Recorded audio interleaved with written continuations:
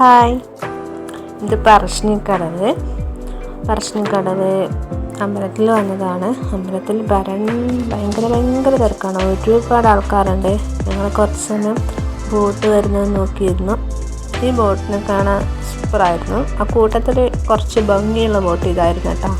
വായിലൂടെ തീയൊക്കെ തുപ്പിക്കൊണ്ടായിരുന്നു വരവ്.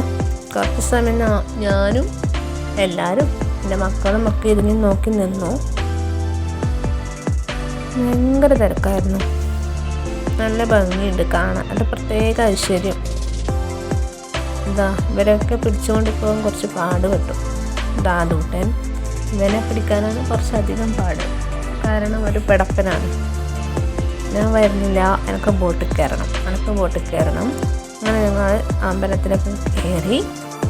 കുറേ കഴിഞ്ഞപ്പോൾ ബോട്ടിൽ കയറാനുള്ള ടിക്കറ്റ് എടുത്തു. അങ്ങനെ ബോട്ട് വന്നപ്പോൾ കയറി. ഞാൻ ഫസ്റ്റ് ടൈമാണ്, ദൂട്ടനും ഫസ്റ്റ് ടൈമാണ്. പക്ഷേ ബാക്കിയുള്ളവർ സെക്കൻഡ് ടൈം ആണെന്ന് തോന്നുന്നു. അങ്ങനെ കുറേ ആൾക്കാരൊക്കെ ആയിട്ട് കയറി അതിൽ ഇരുന്നു. ഞാൻ പേടിച്ചിട്ടായിരുന്നു ഇരുന്നത്.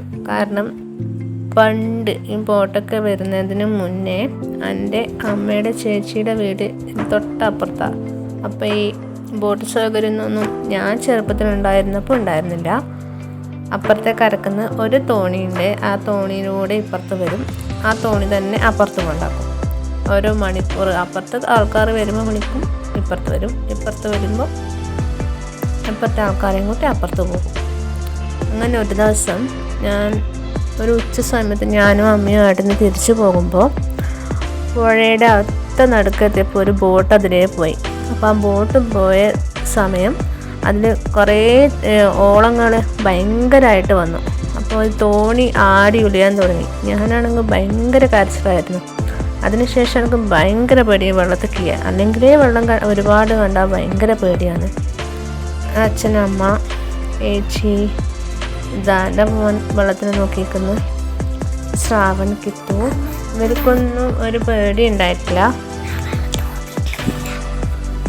എനിക്ക് ഭയങ്കര പേടിയാണ്. ഞാൻ അവിടെ നിന്ന് എണീച്ചിട്ടേ ഇല്ല.